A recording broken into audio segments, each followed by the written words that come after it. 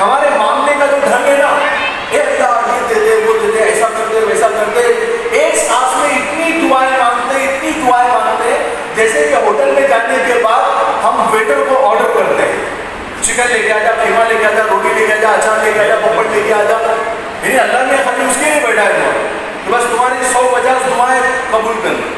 میں ایک سجیشن دیتا ہوں اور اپنا پرسنل تجربہ بتاؤں، ایک کوئی دعا جو آپ کو سچ میں لگتا ہے کہ یہ دعا میری قبول ہونی چاہیے، بس وہ ایک ڈیمانڈ، ایک مانگ لے کر اللہ کے در پر آپ جم جائیں۔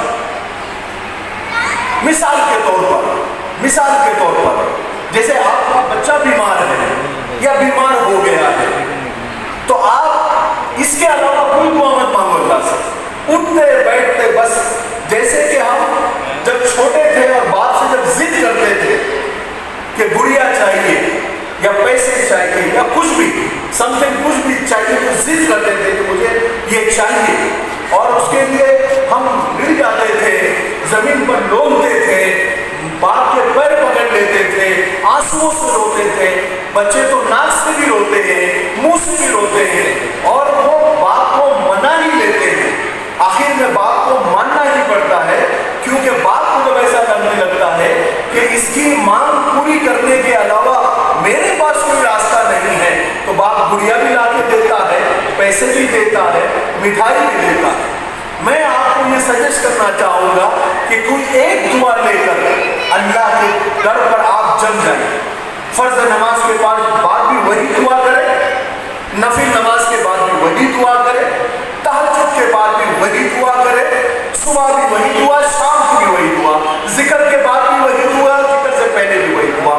یعنی آپ ضد کرو اللہ سے، اور واقعی میں اللہ سے ایک ایسا رشتہ، ایک ایسا کنیکشن بناؤ جیسے آپ اپنے ابا سے آپ کا کنیکشن ہے، آپ کی اماں سے آپ کا کنیکشن ہے، آپ کے شوہر سے آپ کا کنیکشن ہے۔ آپ ایسا کنیکشن اللہ کے ساتھ بناؤ، کیونکہ اللہ تعالیٰ 70 ماؤں سے زیادہ محبت کرتا ہے۔ تو پکڑ لو اللہ تعالیٰ کو، کہیں کہ نہیں اللہ مجھے چاہیے کسی کے حال میں، بس مجھے منگتا ہی منگتا، مجھے ہی چاہیے، میرا بچہ اچھا ہونے منگتا ہے اللہ، شفا تیرے ہاتھ میں ہے اللہ، تو نے بیماری دی ہے، میرا کوئی گناہ تجھے برا لگا ہے تو تو نے یہ آزمائش مجھے دی ہے اللہ، یہ آزمائش تجھے ہٹانی پڑے گی۔ یہ اللہ تو 70 ماؤں سے زیادہ محبت کرتا ہے نا، تو اس بندی کی بات سن لے، یہ میرے بچے پر بیماری آئی ہے، یہ ہٹنی چاہیے، بس ہٹنی چاہیے۔ آپ ایک دن دعا کرو، دوسرے دن پھر اللہ کے در پہ جمع ہوگا، نہیں بیماری اچھی ہوئی، کہ اللہ میں نے کل آپ سے کہا تھا کہ یہ بیماری کیوں دور نہیں ہوئی، اللہ مجھے یہ بیماری دور چاہیے، میرا بچہ مجھے شفا یاب چاہیے، یہ اللہ مجھے میرا بچہ صحیح سلامت چاہیے، یہ بیماری میرے بچے پر نہیں مانگتا۔ 1 دن 2 دن 3 دن 4 دن مانگتے رہو جب تک اللہ نہیں مان جاتا۔ میں آپ کو گارنٹی سے کہتا ہوں، یہ ایمان کی بات ہے، یہ عقیدے کی بات ہے۔ ایک بات لے کے جب اللہ کے دربار پر آپ بیٹھ جائیں گے، جم جائیں گے، مجھے ایک بات بتائیے، کسی دنیا دار کے در پر آپ چلے جائیں اور ایک چیز کی اگر آپ ضد کریں کہ مجھے یہ چاہیے، مجھے 100 روپے چاہیے، مجھے راشن چاہیے، مجھے 1000 روپے چاہیے، بڑا آدمی آپ کو 1 بار دھکا دے گا، 2 بار دھکا دے گا، تیسری بار دھکا دے گا، لیکن چوتھی بار آپ کی ڈیمانڈ پوری کر دے گا۔ کرے گا کہ نہیں کرے گا؟ ارے بولو نا، کرے گا نا؟ ارے اللہ تو 70 ماؤں سے زیادہ محبت کرتا ہے، اللہ سے ضد کرو مجھے یہ چاہیے۔ میں آپ کو اتنا زبردست نسخہ بتا رہا ہوں، آپ کو کوئی تعویذ کرنے کی ضرورت نہیں، کوئی گنڈے کرنے کی ضرورت نہیں، کسی بابا کے پاس جانے کی ضرورت نہیں۔ ارے ہم بھی اللہ کے بندے ہیں، اور یہ دماغ میں سے نکالو کہ میں گنہگار ہوں، میری اللہ کہاں سنے گا۔ میں آپ کو ایک چیز اور بتاتا ہوں، جتنا نیک آدمی کی اللہ سنتا ہے اس سے کہیں زیادہ اللہ تعالیٰ گنہگار کو سنتا ہے۔ کیسے؟ میں آپ کو بتاتا ہوں ایسے کہ نیکیاں کرنے والے، نماز پڑھنے والے، روزے رکھنے والے، حج عمرے کرنے والے، ان کو جب وہ دعا کرتے ہیں نا تو ان کی نظر میں ان کی نماز ہوتی ہے، ان کا ذکر ہوتا ہے، ان کا حج ہوتا ہے، ان کا عمرہ ہوتا ہے۔ وہ یہ سوچتے ہیں کہ میں تو اتنا نیک ہوں، اللہ ضرور میری دعا قبول کرے گا۔